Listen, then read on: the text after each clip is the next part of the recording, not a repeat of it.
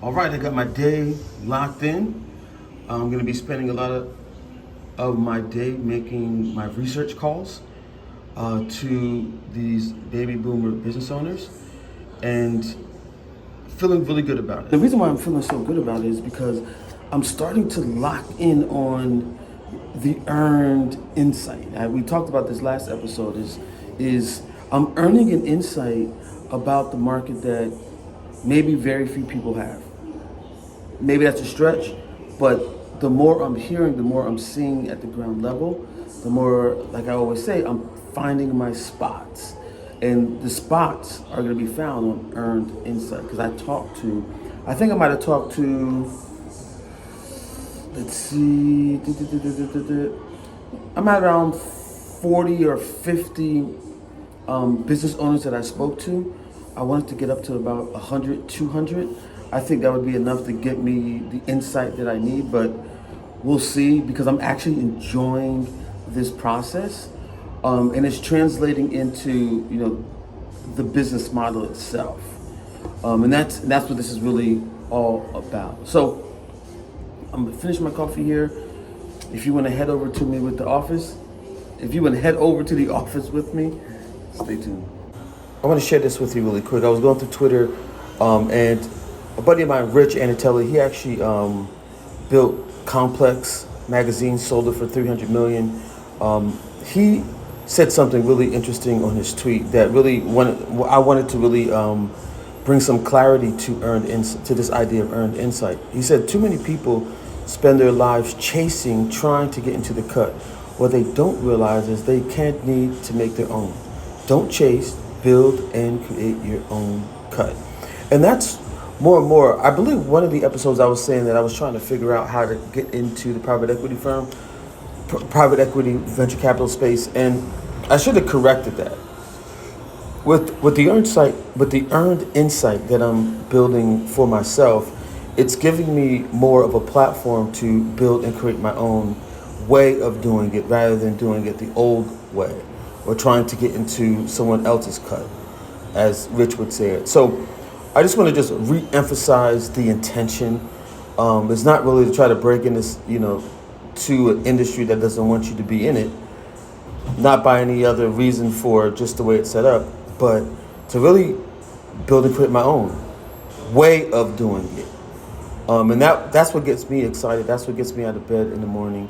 And glad I was able to see this tweet from Rich to remind me of that. You know what I want you to do?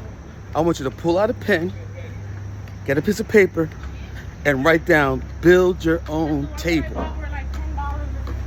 Pull out a pen, paper, and write down in all caps, build your own table.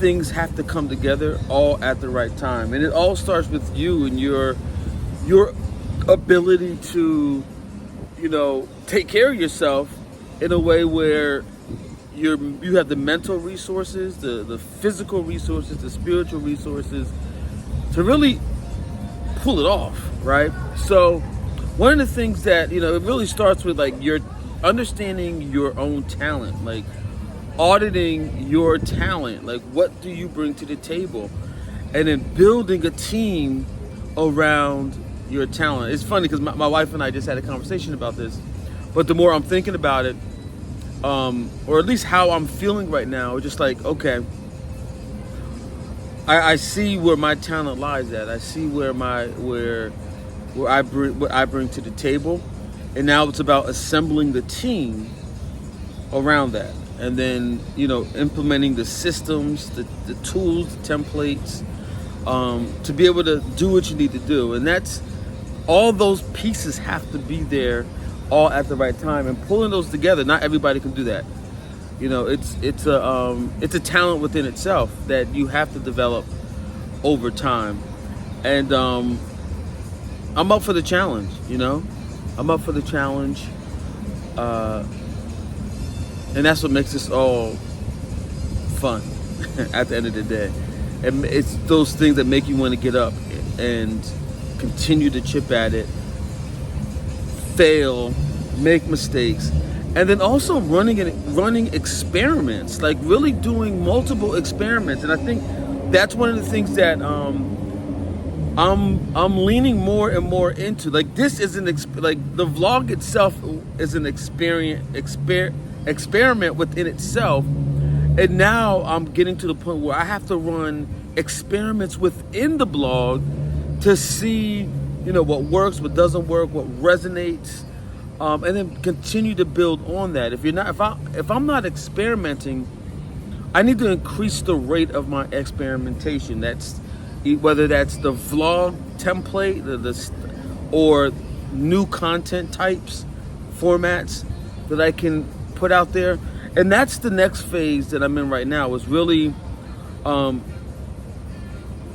building the leverage to experiment. Like that's what I'm thinking a lot about now, because that's where some conversation going. So that's where for me the value is really starts to get created through these experiments. So how you doing, brother? That's one thing that I'm really focusing in on right now. So I think I'm gonna take a walk. It's hot out, but it's nice out. I think I need to get some of this sun to get my energy going. So stay tuned. If you want to go on a walk with me, let's go. So I just want to put this in the comments right now. My number one need right now in terms of personnel, talent, is an editor. And not just any editor, an editor that would be able to keep up with the pace of my output. So currently right now, I am, output every single day. I do a daily vlog. I would need someone that is able to keep up with that output. And it's not, and as you know, if you watch the vlog, I don't spend a lot of time editing in terms of like putting music and all that stuff behind it. It's just a matter of being able to take those edits and breaking it down so that it can really get in front of the people that it's intended to get in front of. So put it in the comments right now. If you are an editor or an editor, I would love to talk to you. You can either put it in the comments or my email address is in the description. So I just want to put that out there right now, just in case you're watching. And you may be an editor saying, wow, I could definitely do a good job editing Tremaine's videos. So would love to hear from you. Building your own table. I just want to be really clear. This is not me trying to do it by myself or do it on my own. That has nothing to do with it. It really comes down to this idea, and I've spoken about this before, but I think it's a perfect time to kind of like drill down on this. As I was reading this article really quick. Let me just give you some context. This is your brand with the universe. Because one of my, research pieces is really understanding brand, like the new direction of brand. And one of the things that I've always pointed out is this idea of being multiplayer. So if you see here, it says, let me read it for you really quick. As brands seek to become more multiplayer, they intentionally create centers of gravity for attention and adherence. The mistake that brand marketers often make is limiting these centers of gravity to particular products, services, or offerings. So this is again one of the reasons why I created this blog, is to be the initiator of playing a multiplayer game in what would be considered private equity or M&A or venture capital, whatever you want to frame it. That's the goal. It's not just be a single player game where I'm the single player playing this game. No, it's a multiplayer game that I'm looking for players to play with. And let me just remind you, I think I shared this with you before, and there's five trends that I'm bullish on that make up the foundation and the pillars of the work that I'm doing. The first trend, which I've been talking most recently about, is this surge in M&A due to the silver tsunami, and that's what you've been hearing me talk about the most, the silver tsunami. You've heard the phone calls that I'm having with 65 plus. I'm talking to 80-year-olds that are looking to retire, and I'm getting really the map of that is starting to take shape. Now that that's starting to come together for me, now I'm going to be diving a little bit deeper into the multiplayer digital economy. Which what you see here is, the second trend that I'm building into. So what does multiplayer even mean? So let me really take you to where like I really start. This was last year or a year and a half ago. I read this article called "The Multiplayer Digital Economy," and it really struck me as an ethos that I really believe in. I've always believed in. I just didn't have the words for it until I met Brandon. And Brandon is a great technologist that I met on Twitter, and I've been following his work, and I'll talk more about that down the road. And we've had conversations about this and about how what I'm building and how we can potentially work together. But that's not the point I want to make here. I just want to give you like what is the idea of playing a multiplayer game. So the bedrock or the foundation of being a multiplayer network or community is a few things. You have to have a purpose. I like to go as far as saying it has to be a transformative purpose. A very inspiring, transformative purpose. So, for instance, Google's transformative purpose was to organize the world's information. That was their transformative purpose. So you have to have a transformative purpose.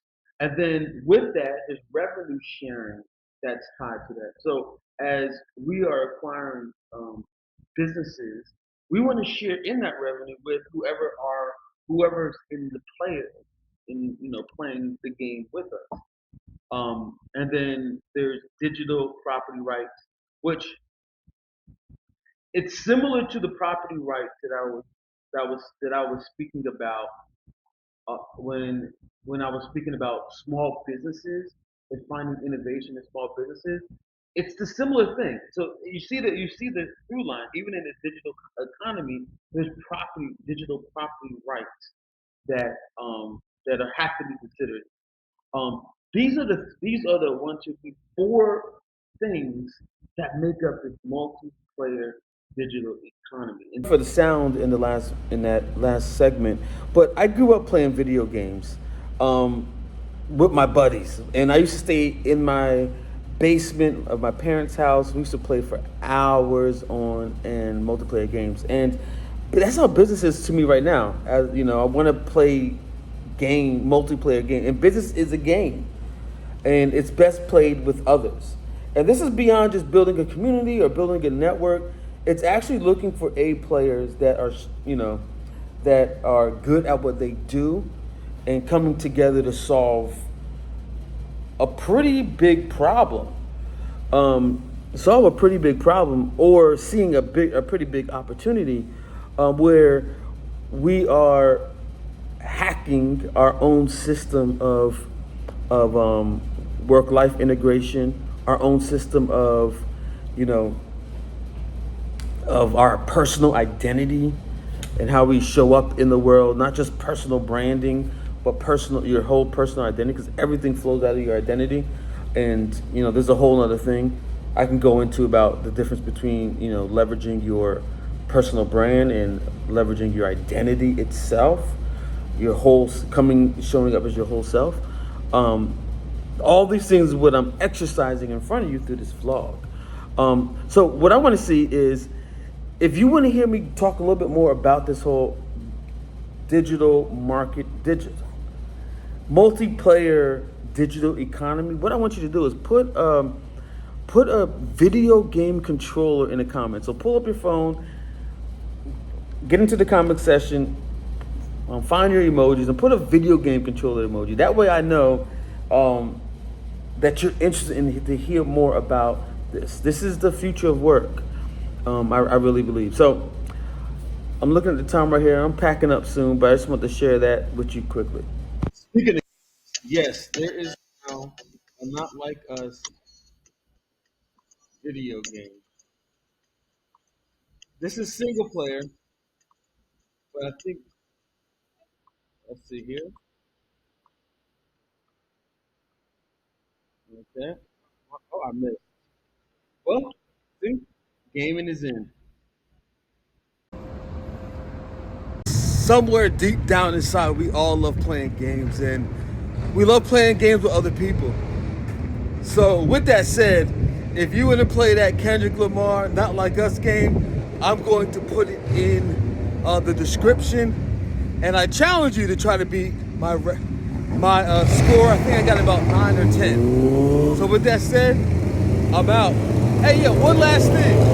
I would subscribe if I were you, because you don't know what's going to happen tomorrow. So let's go.